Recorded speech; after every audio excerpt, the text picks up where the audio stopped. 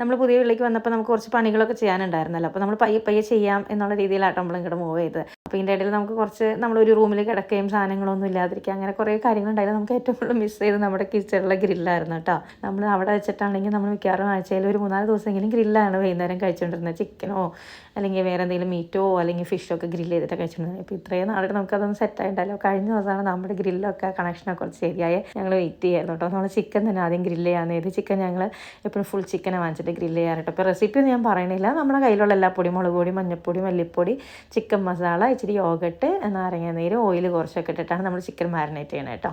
അതൊക്കെ ഇട്ട് chicken marinate ചെയ്യും. കൂടെ കുറേ വെജിറ്റബിൾസ് ഇടും കേട്ടോ.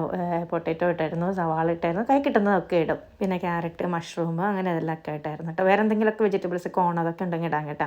അപ്പോൾ അതൊക്കെ ഇട്ടിട്ട് നമ്മൾ വെജിറ്റബിൾസ് ഒരു ട്രെയിൽ വയ്ക്കും, ചിക്കൻ അതിൻ്റെ മണ്ടയ്ക്ക് വയ്ക്കും. അപ്പോൾ ചിക്കനിൽ നിന്ന് അതിൻ്റെ ജ്യൂസും കൂടെ ഇറങ്ങി വന്നിട്ട് നല്ല ടേസ്റ്റ്. ആ വെജിറ്റബിളിനാണ് ഏറ്റവും കൂടുതൽ ടേസ്റ്റ് നമുക്ക് തോന്നാം കേട്ടോ. അങ്ങനെ നമ്മളെല്ലാവരും കൂടെ ഇരുന്ന് കഴിച്ചാൽ ഭയങ്കര സന്തോഷമായിട്ട് കുറേ നാളെ നമുക്ക് ഗ്രില്ല് മിസ് ചെയ്യുന്നു. പിന്നെ നമ്മുടെ ഗ്രില്ലിൽ ആദ്യത്തെ ചിക്കനല്ല നല്ല യമ്മി ആയിട്ട് വന്നിട്ട് വേവൊക്കെ കറക്റ്റായിരുന്നു. പണ്ട് എല്ലാവരും ചോദിക്കാറുണ്ടായിരുന്നു എങ്ങനെയാണ് ഗ്രില്ലിൽ സെറ്റപ്പ് ഒക്കെ ചെയ്യേണ്ടത്, ടെമ്പറേച്ചറൊക്കെ സെറ്റ് ചെയ്യുക. അത് ഞാൻ അടുത്ത ദിവസം ഡീറ്റെയിൽ ആയിട്ട് പറഞ്ഞുതരാം കേട്ടോ.